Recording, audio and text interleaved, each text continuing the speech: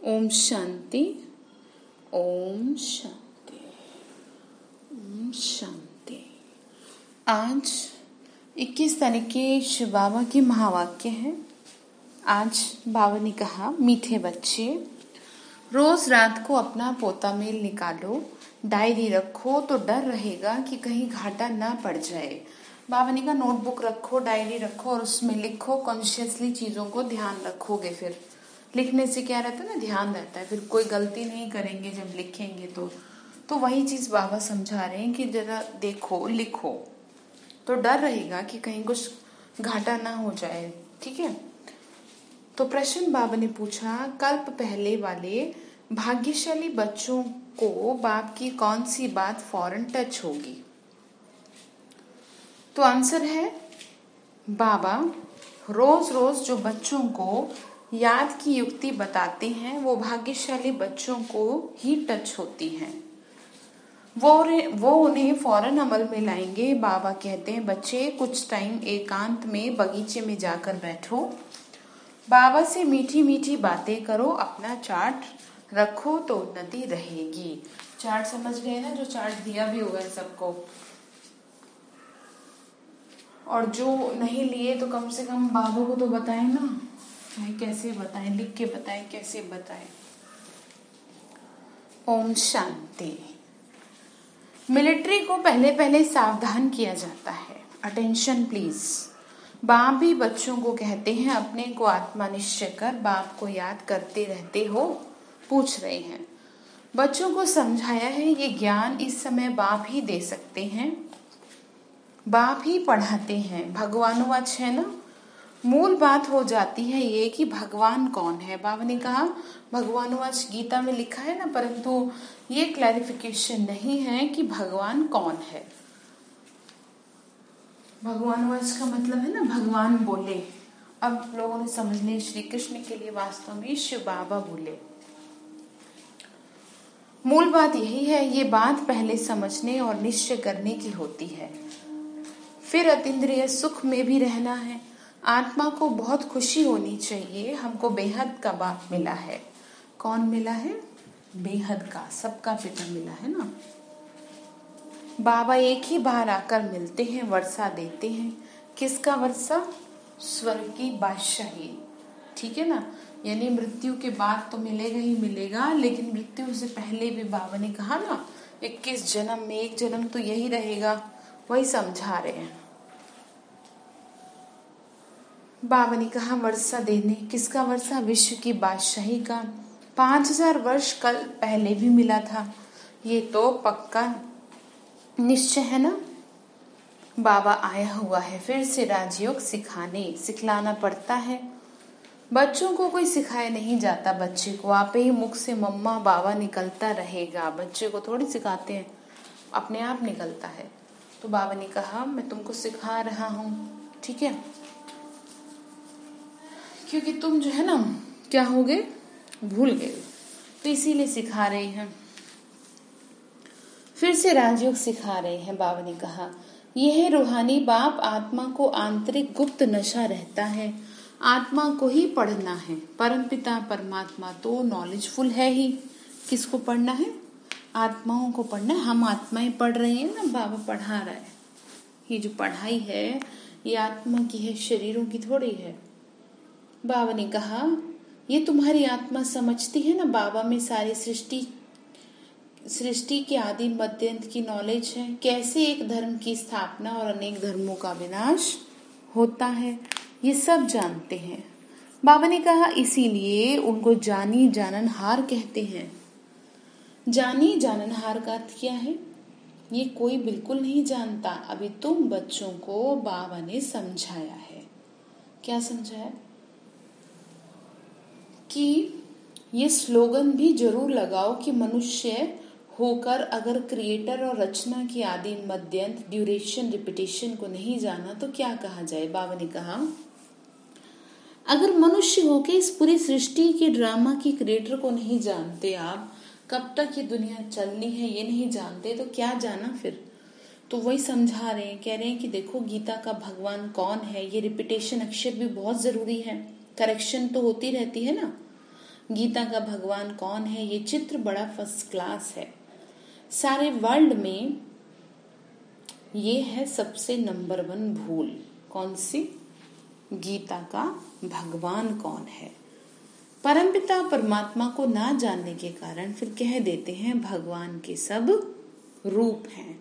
जैसे छोटे बच्चे से पूछा जाता है ना, तुम किसका बच्चा हो, तो कहेंगे फलाने का है। फलाना किसका बच्चा? फलाने का है। ऐसे होता है ना, भाई उसका है, फिर कह देंगे वह हमारा बच्चा।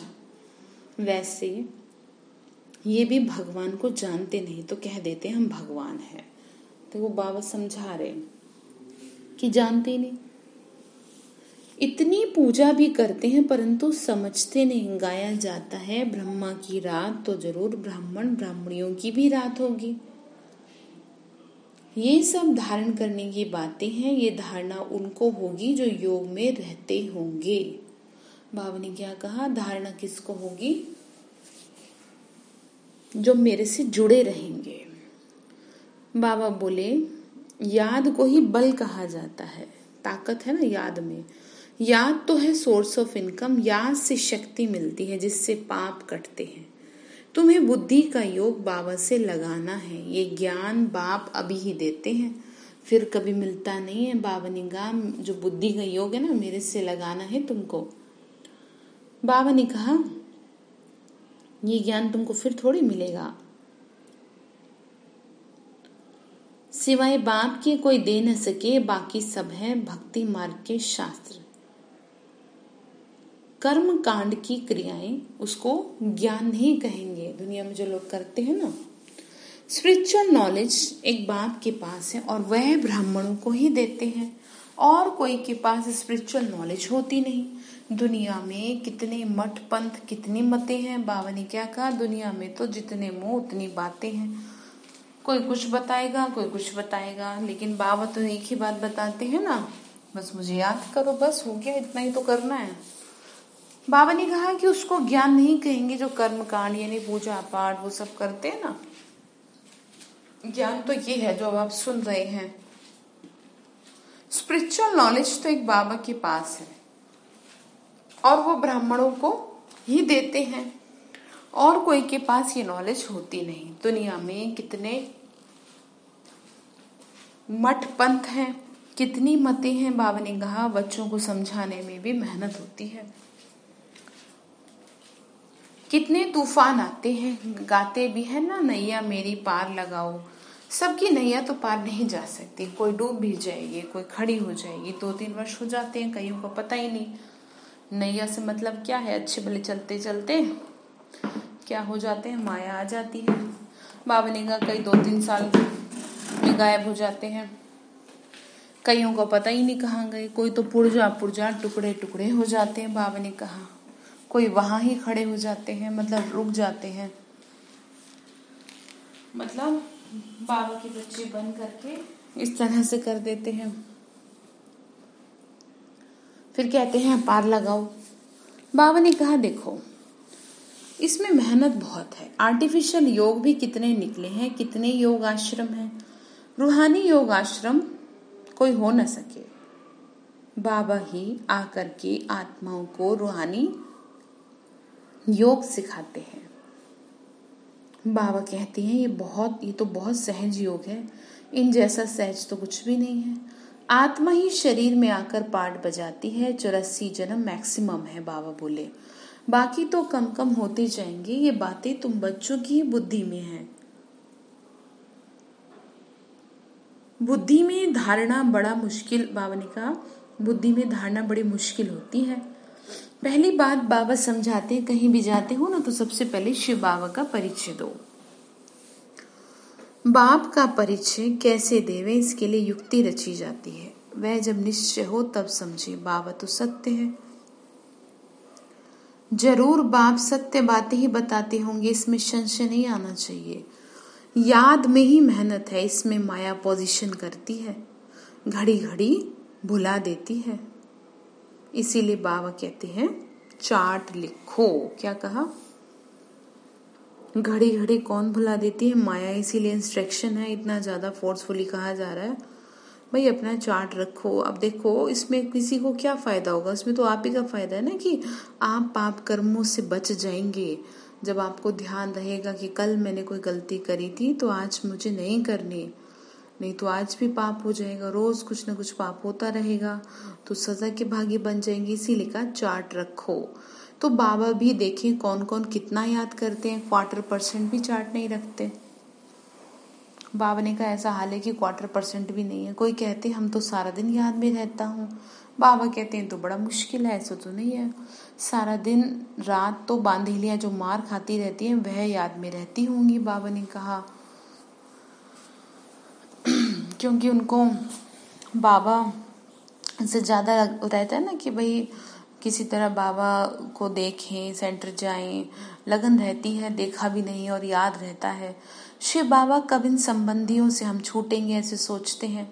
आत्मा पुकारती है हम बाबा बंधन से कैसे छूटे। अगर कोई बहुत याद में रहते हैं तो बाबा को चार्ट भेजे। बाबा ने कहा मेरे को बताओ तुम, मैं देखूं तो सही। डायरेक्शन मिलते हैं, रोज रात को अपना पोता मेल निकालो, डायरी रखो। देखो पूरी बात आज बाबा मुरली सुना रहे, तो कोई तो रीजन होगा जो आपको इतना कहा जा रहा है, क्योंकि बाबा चाह रहे ना जल्दी जल्दी तैयार हो जाएं। जैसे समय आगे की ओर बढ़ रहा है, ऐसे आपकी स्थिति भी तो बढ़नी चाहिए ना आगे की ओर।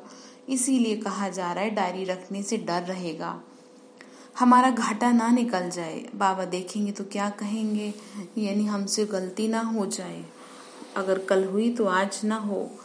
बाबा ने कहा लिखोगे तब ध्यान रहेगा, एटलीस्ट मुझे तो बता के सो। इतने मोस्ट बिलीवेड बाबा को इतना समय ही याद करते हो, लौकिक बाप को, स्त्री को तो तुम बहुत याद करते हो, मुझे इतना थोड़ा भी याद नहीं करते। चार्ट लिखो तो आप ही लज जाएगी। इस हालत में मैं पद नहीं पा सकूंगा, इसीलिए बाबा चार्ट पर जोर दे रहे हैं। बाप को और 84 के चक्र को याद करना है तो फिर चक्रवर्ती राजा बन जाएंगे। बाबा ने कहा आप समान बनाएंगे तब तो प्रजा पर राज्य करेंगे। बाबा ने कहा राज किस पे करोगे हैं? राज करने के लिए प्रजा भी तो चाहिए, और सेवा नहीं करोगे तो कैसे प्रजा बनेगी। तो बोले कि ये है ही राजयोग, नर से नारायण बनने का एम ऑब्जेक्ट यह है। जैसे आत्मा को देखा नहीं जाता, समझा जाता है ना इनमें आत्मा है, ये भी समझा जाता है।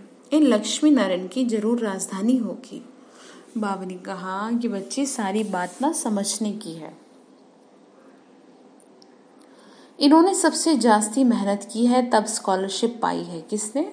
लक्ष्मी नारायण ने बहुत मेहनत की, अभी ही तो की ना। जो अभी अच्छे से ज्ञान को धारण करते हैं, पूरा मेहनत करते हैं, वही तो बनते हैं ना फिर। बाबा ने कहा बच्चे देखो जरूर बहुत योग लगाया होगा मुझसे, तभी तो 5 विद ऑनर हुए। यह भी कारण निकालना चाहिए, हमारा योग क्यों नहीं लगता। बाबा ने कहा जरा तुम चेक करो, देखो तो सही, तुम्हारी बुद्धि व्यर्थ में तो बहुत चलती है, किसी ने कुछ गलत कहा हो तो बहुत चलती है, और मैं तुमको इतना प्यार करता हूँ तो तुम्हारी बुद्धि चलती नहीं है। बाबा ने कहा कि बच्चे देखो कारण निकालो, कहाँ भटकता है दिमाग, और जहाँ भटक रहा है क्या उसका भटकना सही है, बात करो जरा खुद से। तो बोले कि देखो कारण तो बताओ। किस बात का? इसी बात का, हमारा योग क्यों नहीं लगता। धंधे आदि के झंझट में बहुत बुद्धि चली जाती है, उसमें से टाइम निकाल इस तरफ जास्ती ध्यान देना चाहिए। कुछ टाइम निकाल बगीचे में एकांत में जाकर के बैठना चाहिए। फीमेल तो जा ना सके, उनको तो घर संभालना है, पुरुषों को सहज है।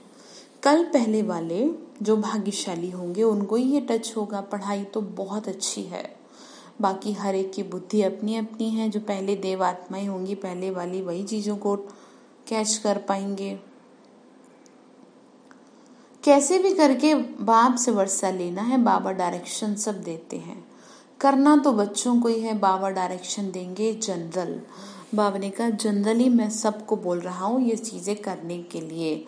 एक एक पर्सनल को जाकर, एक एक पर्सनल भी आकर कोई पूछे तो राय दे सकते हैं। तीर्थों पर, बड़े बड़े पहाड़ों पर जाते हैं तो पंडित लोग सावधान करते रहते हैं, बड़ी मुश्किल से जाते हैं। तुम बच्चों को तो बाबा बहुत सहज बता रहे हैं कि बच्चों मुझे याद कर लो। क्या कहा? तुम मेरे बच्चे हो ना, तो तुम मुझे ही याद करो, बुद्धि कहीं ना भटकाओ। तो बोले फिर तुमको ना शरीर का भान खत्म हो जाएगा। तो कह रहे हैं बच्चे फिर से बोले मुझे याद करो। बाबा आके नॉलेज देके फिर चले जाते हैं। आत्मा जैसा तीखा रॉकेट तो कोई हो नहीं सकता। वो लोग मून आदि तरफ जाने में कितना टाइम वेस्ट करते हैं। कौन? मनुष्य। देखे ना, सोचते हैं जाएंगे जरा देखें ऊपर, बीच में बड़ा हुआ था, प्लॉट बनवाएंगे। ये सब व्यर्थ की बातें हैं। बावनी का ये भी ड्रामा में नूंद है। ये साइंस का हुनर भी विनाश में मदद करता है। बाबा बोले देखो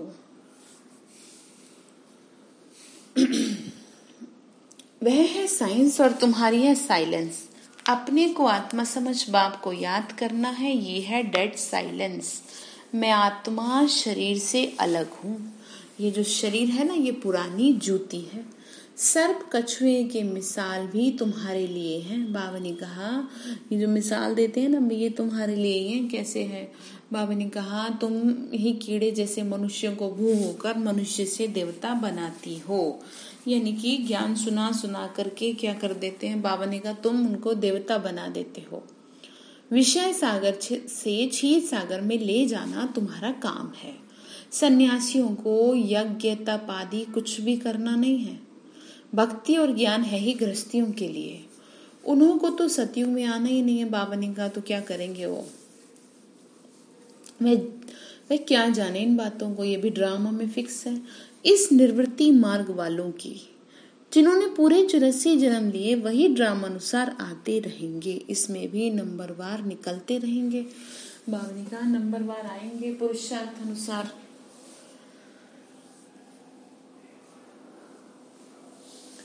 बाबा ने कहा माया बड़ी प्रबल है, आंखें बड़ी क्रिमिनल है। ज्ञान का तीसरा नेत्र मिलने से सिविल बनती है, फिर आधा कल्प क्रिमिनल नहीं होंगी। ये है बड़ी धोखेबाज। तुम जितना याद करेंगे ना, उतना कर्म इंद्रियां तुमको हलचल में लाएंगी। बाबा ने कहा सब कर्म इंद्रियां शांत। बाबा ने कहा वहां पे यानी सतयुग में कोई भी कर्म इंद्रियों से चंचलता नहीं होती। यानी कोई भी पाप नहीं करेंगे। आपके जो हाथ पैर हैं, आँख नाक कान, कोई भी आपसे कुछ भी गलती नहीं होगी, क्योंकि शरीर भी सतो प्रधान है। बाबा ने कहा वहां पे कोई भी इस तरह की चीजें नहीं होती। सब शांत रहती हैं कर्म इंद्रियां भी। देह अभिमान के बाद ही सब शैतानी आते हैं। बाबा तुमको आत्माभिमानी बनाते हैं। आधा कल्प है। बाबा ने क्या कहा? आधा कल्प के लिए तुमको वर्षा मिल जाता है। जितना जो मेहनत करेगा उतना उच्च पद पाएगा। मेहनत तो करनी है ना। देह अभिमानी बनने की, फिर कर्म इंद्रियां धोखा नहीं देंगे। बाबा ने कहा मेहनत तो करो कि मैं कौन हूँ? आत्मा हूँ। इस बात की मेहनत कर लो। बाबा ने कहा अंत तक युद्ध चलती रहेगी। जब कर्मातीत अवस्था को पाएंगे तब लड़ाई भी शुरू होगी। दिन प्रतिदिन आवाज होता जाएगा, मौत से मनुष्य डरेंगे। बाबा ने कहा जैसे जैसे तुम आगे बढ़ोगे वैसे वैसे मनुष्य मौत से डरने लगेंगे। समाप्ति की ओर चलेंगे ना सभी। अच्छा, फिर बाबा ने कहा, बाबा कहते हैं ये ज्ञान सबके लिए है, सिर्फ बाप का परिचय देना है। हम आत्माएं सब भाई भाई हैं, सब एक बाप को याद करते हैं। गॉडफादर कहते हैं करके कोई नेचर को मानने वाले होते हैं, परंतु गॉड तो है ना, उनको याद करते हैं। मुक्ति, जीवन मुक्ति के लिए मोक्ष तो है नहीं, भगवान को याद करते हैं ना। वर्ल्ड की हिस्ट्री ज्योग्राफी को रिपीट करना है। बुद्धि भी कहती है जब सतयुग था तो एक ही भारत था। मनुष्य तो कुछ भी नहीं जानते। इन लक्ष्मी नारायण का राज्य था। लाखों वर्ष की तो बात हो न सके, लाखों वर्ष होते तो कितनी ढेर संख्या हो जाती। बाबा ने कहा लाखों वर्ष कैसे हो सकते हैं? और कहीं भी किसी भी शास्त्र में लाखों वर्ष की तो बात ही नहीं की, हजारों वर्ष की बात की है। तो बाबा कहते हैं अब कलयुग पूरा हो, सतयुग की स्थापना हो रही है। वह समझते हैं कलयुग तो अर्जुन बच्चा है, इतने 1000 वर्ष की आयु है। अभी तुम समझ रहे हो ना कि बच्चा नहीं है, थोड़ा सा बस अब बच्चा है। भारत ही अब स्वर्ग बन रहा है। अभी हम श्रीमत पर ये राज्य स्थापन कर रहे हैं, इसीलिए बाबा बोले बच्चे मुझे याद करो। पहला पहला शब्द ही ये दो। जब तक बाप का निश्चय नहीं होगा तब तक प्रश्न पूछते रहेंगे, बाबा ने कहा कंफ्यूज रहेंगे। फिर कोई बात का उत्तर नहीं मिलेगा तो समझेंगे ये जानते कुछ भी नहीं और कहते हैं भगवान हमको पढ़ाते हैं। बाबा ने कहा सबसे पहले तो इंट्रोडक्शन आत्मा परमात्मा का देना चाहिए ना, फिर कोई क्या वो पूछेगा, तो पहले बताओ। फिर बाबा ने कहा बाप एक ही ऐसे बताओ, सभी आत्माओं का पिता तो एक है ना, चाहे वो कोई भी देवी देवता हो, वह है रचता जो देवी देवता है, और शिव बाबा है उन सभी का रचयिता। तो जरूर संगम पर ही आएंगे ना, तो बाबा कहते हैं मैं युगे युगे नहीं कल्प के संगम पर ही आता हूँ। मैं हूँ ही नई सृष्टि का रचता, तो बीच में कैसे आऊंगा। मैं आता ही हूँ पुरानी और नई दुनिया के बीच में। समझ में आया क्या? पुरानी और नई दुनिया के बीच में। इनको पुरुषोत्तम संगम युग कहा जाता है। तुम पुरुषोत्तम भी यहाँ बनते हो। लक्ष्मी नारायण सबसे पुरुषोत्तम है। एम ऑब्जेक्ट कितनी सहज है देखो। सबको बोलो ये स्थापना हो रही है। क्या कहा? बाबा ने कहा सबको बोलो सतयुग की स्थापना हो रही है। बाबा ने कहा पुरुषोत्तम अक्षर जरूर डालो, क्योंकि यहाँ तुम कनिष्ठ से पुरुषोत्तम बनते हो। बाबा ने कहा ये अक्षर जरूर डालो ना, तभी तो समझ में आएगा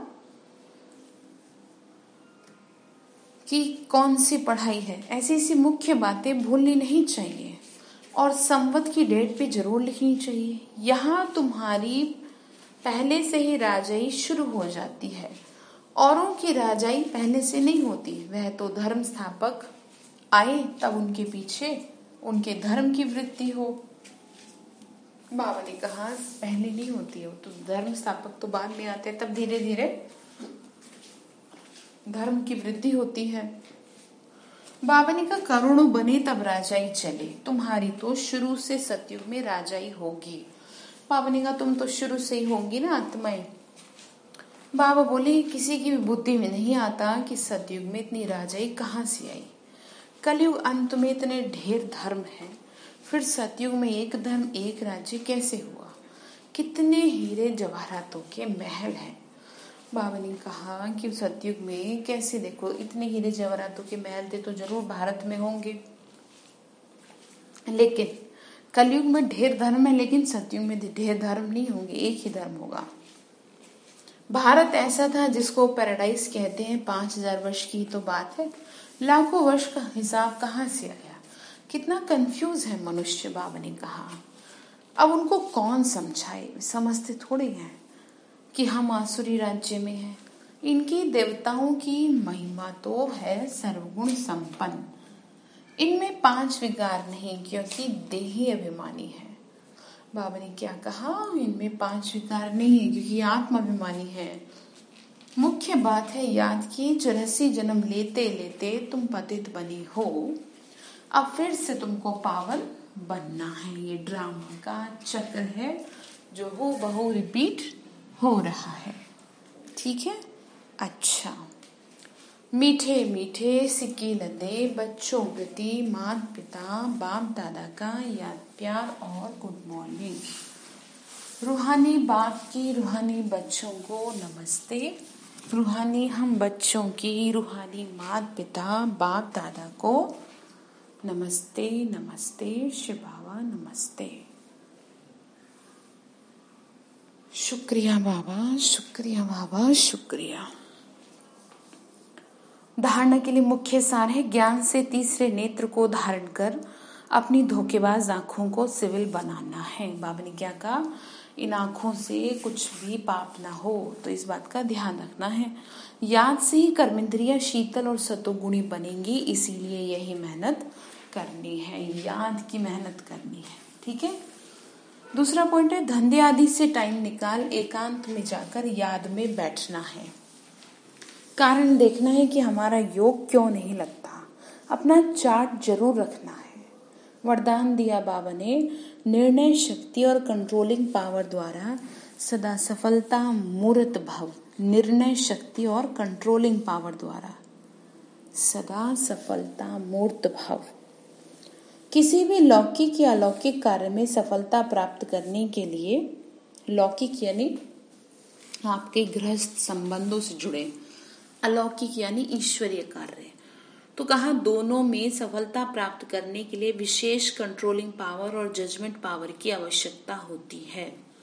कंट्रोलिंग पावर और जजमेंट पावर की, क्योंकि जब भी कोई आत्मा आपके संपर्क में आती है तो पहले जज करना होता है कि वो जो है उसे किस चीज की जरूरत है। नब्ज द्वारा परख कर उसकी चाहना प्रमाणों से तृप्त करना, यानी कि बाबा ने कहा कोई भी आए तो आपको ना पहले से इस बात की टचिंग आए कि इस आत्मा को क्या चाहिए, मतलब शांति चाहिए, इसको क्या चाहिए, सफलता चाहिए। तो बाबा ने कहा तुम्हारे पास क्या होनी चाहिए, जजमेंट पावर भी होनी चाहिए।